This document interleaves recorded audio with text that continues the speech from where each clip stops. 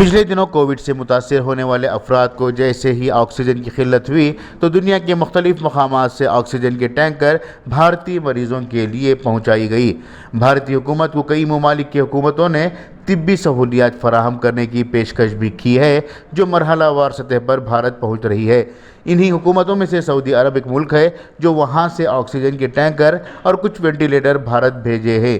بھارت کے لیے سعودی عرب نے جو آکسیجن بھیجی ہے وہ اتنی بڑی مقدار میں بھی نہیں کہ سارا بھارت اس آکسیجن سے استفادہ کر پائے۔ اطلاعات کے مطابق جو آکسیجن بھارت کو پہنچایا گیا ہے وہ صرف اور صرف ایک دن کے لیے کافی رہا ہے، مگر بھارت کے مسلمانوں نے اس آکسیجن سپلائی کے مرحلے کو اس قدر بڑھاوا دیا کہ مانو بھارت میں اب سعودی عرب کی آکسیجن کے علاوہ اور کسی ملک کی آکسیجن کی ضرورت نہیں پڑے گی۔ یقیناً سعودی عرب نے بھارت کو آکسیجن دے کر انسانیت کا حق ادا کیا ہے، لیکن بھارت کے ہندو اور مسلمانوں نے پھر وہی مذہب کے نام پر کیچڑ ایک دوسرے پر اچھالا ہے۔ مسلمانوں نے سینہ تان کر کہا کہ دیکھو محمد صلی اللہ علیہ وسلم کے شہر سے آکسیجن آئی ہے، تو اسی بات کو لے کر فرقہ پرستوں نے مسلمانوں پر طنز کسنا شروع کیا کہ مسلمان معمولی گیس کو لے کر بہت زیادہ گھمنڈ کر رہے ہیں۔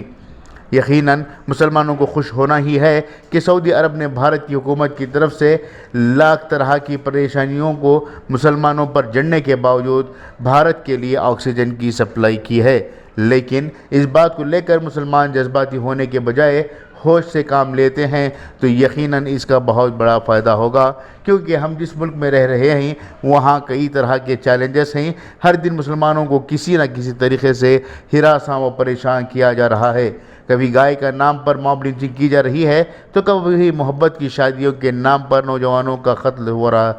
ہے۔ ان تمام چیلنجز سے نمٹنے کے لیے بھی ہمیں محتاط ہو کر ہوش سے کام کرنے کی ضرورت ہے۔ اگر جذبات سے ہی سب کچھ ممکن ہوتا تو آج بھارت میں مسلمانوں سے زیادہ سنگھی کامیاب ہوئے ہوتے جو جے شری رام کے نعرے پکار کر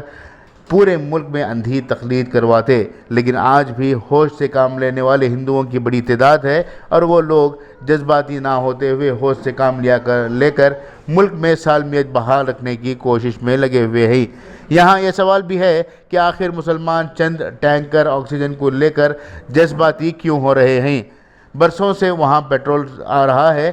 ڈیزل آ رہا ہے، اس وقت کیوں تم لوگوں نے جذباتی باتیں نہیں کی کہ محمد صلی اللہ علیہ وسلم کے شہر سے پیٹرول آیا؟ رہی بات سعودی عرب کے دریا دلی کی، اس سے کہیں بڑھ کر خدمت تو بھارت کے ہی کچھ مسلمان کر رہے ہیں جو مسلمان جاننا ہی نہیں چاہ رہے، جن میں مہاراشٹر کے ناگپور کے پیارے خان ہیں جنہوں نے روزانہ 200 میٹرک ٹن آکسیجن کی سپلائی کی ہے اور انہوں نے اس کے لیے لگ بھگ 1 کروڑ روپے خرچ بھی کر چکے ہیں۔ اس طرح سے فرنٹ لائن کورونا واریئرز کے طور پر درجنوں مسلمان ڈاکٹرز، نرس، افسران، ایمبولینس ڈرائیور، صحافی بھی تو اپنی جان کی بازی لگا کر رسول اللہ صلی اللہ علیہ وسلم کے امتی ہونے کا فرض ادا کر رہے ہیں۔ مسلمان ان باتوں پر جذباتی نہیں ہوتے جس پر ضرورت ہے اور ان مقامات پر زیادہ جذباتی و جوشیلے ہو جاتے ہیں جہاں پر خطیر ضرورت نہیں پڑتی۔ ملک کے حالات دیکھ کر ہمیں اقدامات اٹھانے پڑتے ہیں۔ بھوپال کا وہ نوجوان جاوید خان جس نے کرونا سے جوجھ رہے مریضوں کی مدد کے لیے اپنی بیوی کے زیورات کو بیچ کر آٹو رکشہ خریدا اور اسے ایمبولینس کی شکل دے کر اس سے خدمت خلق کرنے کا سلسلہ شروع کیا، اس پر تو ہم جذباتی نہیں ہو رہے۔ ہم نے تو اس نوجوان کا نہ تو شکریہ ادا کیا ہے نہ ہی کم از کم اس کی طرح بننے کی کوشش کی ہے۔ یہ تو چھوڑیے، جو حکومت نے قانون بنایا ہے اس قانون کے مطابق رہنے کی بھی کوشش نہیں کی گئی ہے۔ پھر سے ہم یہ کہنا چاہیں گے کہ جذبات سے کام نہ لیں بلکہ ہوش سے کام لیں، کیونکہ ساری کائنات اللہ کی ہے اور اللہ نے ہر چیز کو بنایا ہے اور وہی محمد صلی اللہ علیہ وسلم کے شہر کو بنانے والا ہے اور ہمارے شہروں کو بھی۔ اس لیے قرآن میں پوچھا ہے کہ تم اپنے رب کی کون کون سی نعمتوں کو جھٹلاؤ گے۔ خصوصی رپورٹ انقلاب نیوز کے لیے مدثر احمد۔